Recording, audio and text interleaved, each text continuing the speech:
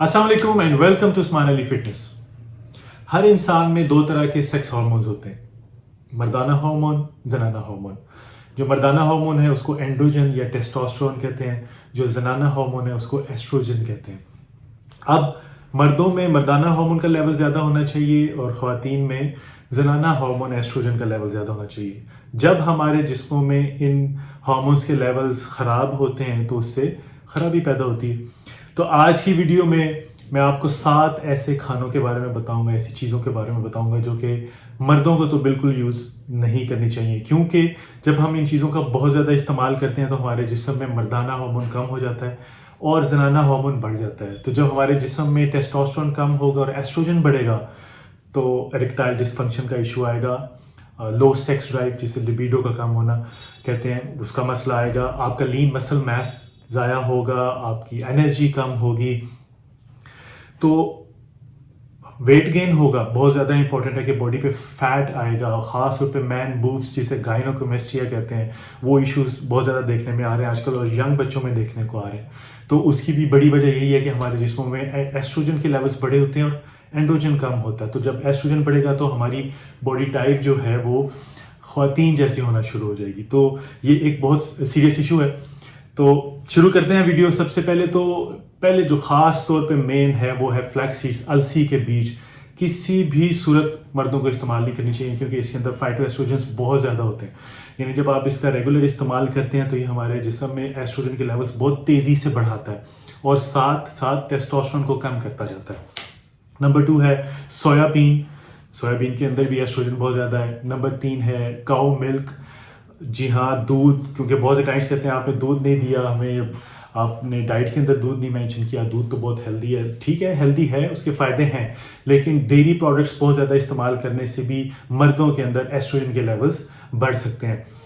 Number 4 पे carbohydrates हैं, क्योंकि कार्बोहाइड्रेट्स आप रिफाइंड कार्ब्स खाएंगे या कोई भी कार्ब्स लेंगे तो उससे क्या होगा कि हमारे जिस्म में ब्लड ग्लूकोज लेवल्स बढ़ेंगे।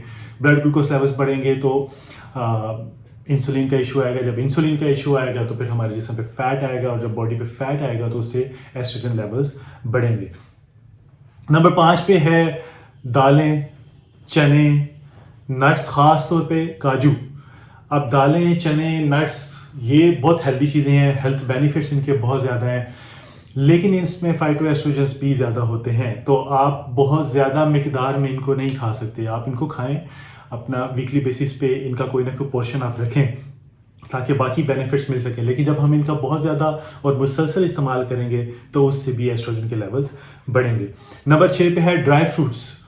अब ड्राई फ्रूट्स में क्या आएगा, आपके जैसा खुश खुबानी, आपके रेजन्स हैं जिसे किशमिश भी कहते हैं, छुहारे हैं जो ड्राइड खजूरें होती हैं।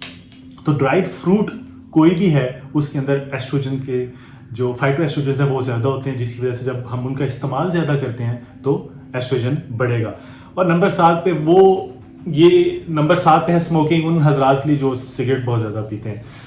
अक्सर क्लाइंट्स कहते हैं हम एक्सरसाइज कर लेंगे, डाइट कर लेंगे, सिगरेट से कोई मसला तो नहीं होगा। बहुत ज़्यादा नुकसान हैं स्मोकिंग के, निकोटीन के। निकोटीन ना सिर्फ ये कि इरेक्टाइल डिसफंक्शन का बायस बनती है बल्कि आपका HDL उससे कम होता है। जो लिपिड्स हैं, जो कोलेस्ट्रॉल है, जो गुड कोलेस्ट्रॉल है, उसके ऊपर उसका इम्पैक्ट आता है और साथ साथ वो आपके जिस्म में एस्ट्रोजन को भी बढ़ाती है।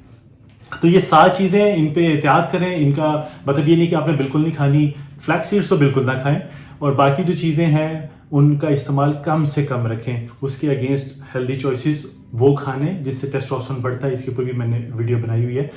उन खानों का इस्तेमाल ज़्यादा करें क्योंकि वो मर्दों की सेहत के लिए ज़रूरी है। तो उम्मीद है इस वीडियो से आपको फ़ायदा होगा। वीडियो पसंद आए तो लाइक कर दें, शेयर कर दें, कमेंट बॉक्स में अपनी राय का इजहार करें और प्लीज़ मेरे चैनल को भी सब्सक्राइब कर दें। बहुत जल्द एक नई वीडियो के साथ हाजिर होगा। अपना ख्याल रखिएगा। अल्लाह हाफ़िज़।